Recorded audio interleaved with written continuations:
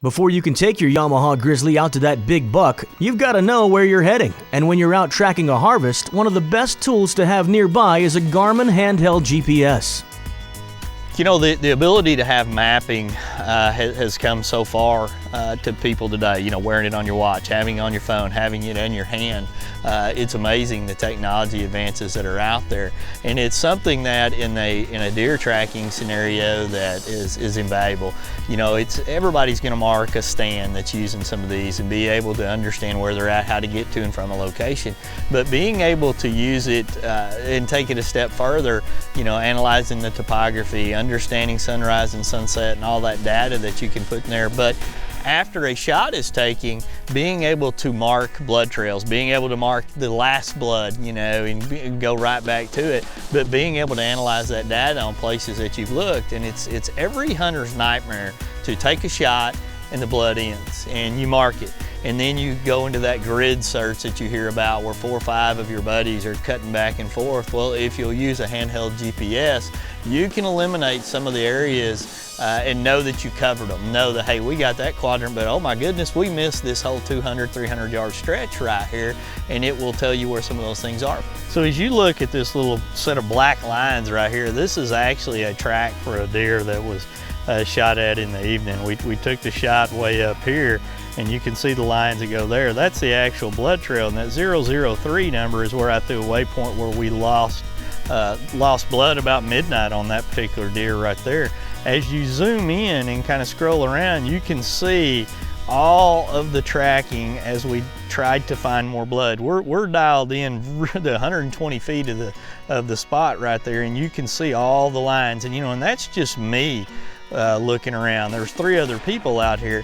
Now, when you look at this and further analyze it, you know, this direction here, I never looked for blood. And then when you go back up here, I never looked for blood. So as you break that down that night after you go back and you're getting ready to track the next morning, you can begin to expand your searches to those areas of unknown, because this is a known. We didn't find the blood right there. Let's look in some of the areas of unknown and see what we might be able to find. Now, coming out of that type of a track at nighttime, would we have been able to figure that out where we, you know, looked and where we didn't? Possibly, but I guarantee you with a handheld like this, whether it's on your watch or right here, we were able to know exactly the areas that we missed. When Trevor, one of our hunting consultants, offered for us to come on a management whitetail hunt in South Texas, we jumped at the chance. See, I'm from Idaho and I'd cut my teeth on mule deer, so I'd never even hunted whitetail, so I was pretty excited.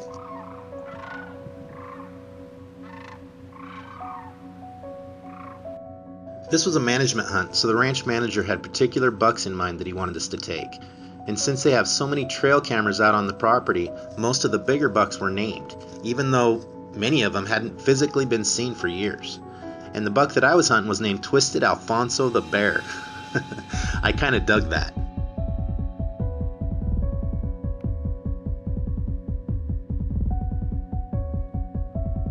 On the first morning, Trevor and I were sitting in a tower blind, and I was hunting for Twisted Alfonso, and Trevor was hunting for a big buck called Indigo that he'd been hunting for years. It was 13 years old, and they both used the same area, so we were sitting in the stand together.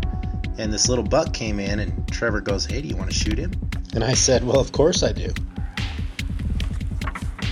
Let's let him turn broadside.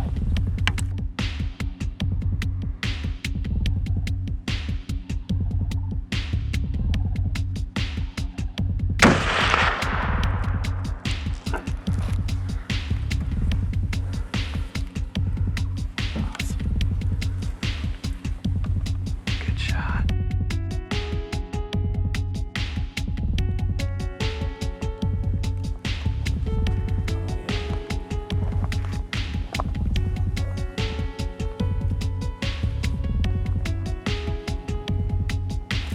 I hit him good, and it wasn't very hard to track him, but man, he went a long ways.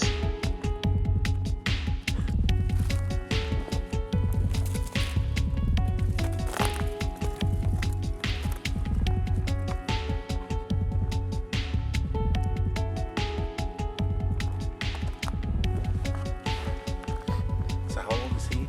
He's a 3-year-old, solid 3-year-old, and he's got real heavy bases. Yeah, he really does. I like that sticker point too, but the main reason, when he stepped out, those crab claws. Right there. Yeah, on both sides. That's something that's genetic. He's gonna have that until he's a 6-year-old.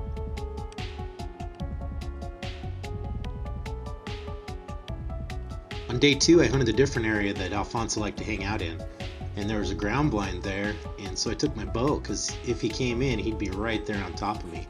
And right off the bat, first thing in the morning, a little group of javelina came in, and I was able to get one. It was pretty cool.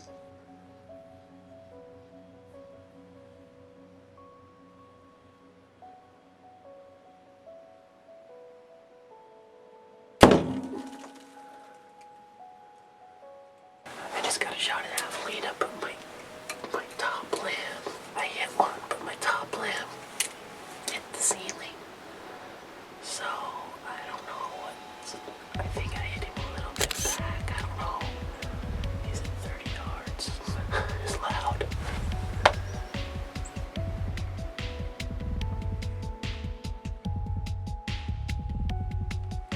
So tell me what just happened. We're sitting there looking. It's been kind of a slow morning. The deer have really been cruising. Slow compared to yesterday. Not slow at all in reality. But we're looking out here and this deer called Banana. He's a good deer. I saw him out here in the brush. Then I saw another really nice deer. I could only see the left side. And asked you who he was. I didn't think there was any chance he was a shooter for us. And it was Alfonso. Twisted Alfonso. So he's big, he's nice, he's bigger than I expected him to be. He's awesome. Yeah. So he turned around. He's not spooked, but he turned around, went back into the brush over this way, so we're kind of waiting for him to show back up.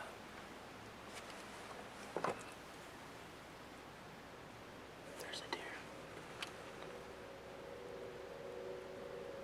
There's a good deer. That's him. That's him. That's him. Okay, here.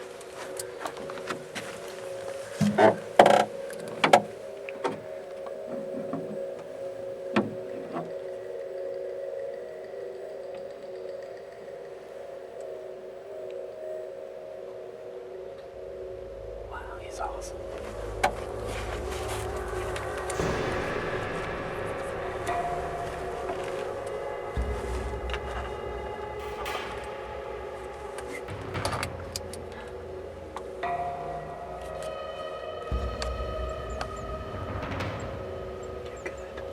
I'm on him. Does this need to go forward? It's already forward. So you're ready to go, and if he turns broadside, you've got the green light. Okay. If you think there's a chance of archery, he's, I don't know. He's already locked up right there. Okay, here we go. Okay. Perfect shot. Nice. Twisted Alfonso the bear. We got him. Awesome. So about a week ago, Trevor sent me a picture of this buck. 3 pictures of him.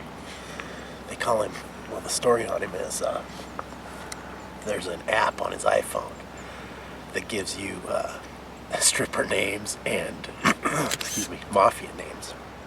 So they didn't know what to call this buck, so they called him Flared 8.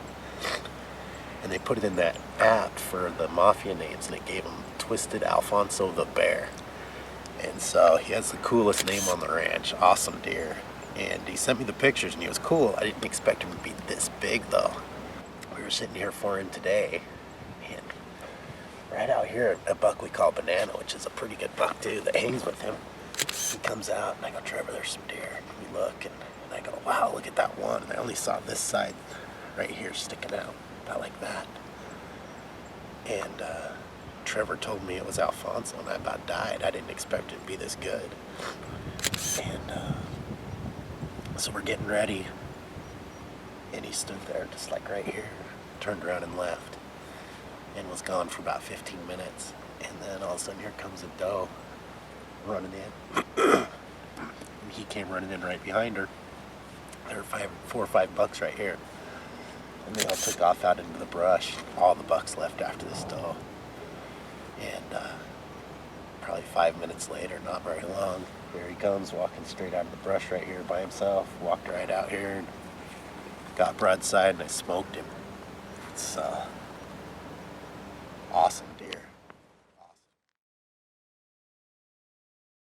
For information on this hunt or the gear that we were wearing, go to gothunts.com or gothuntsgear.com.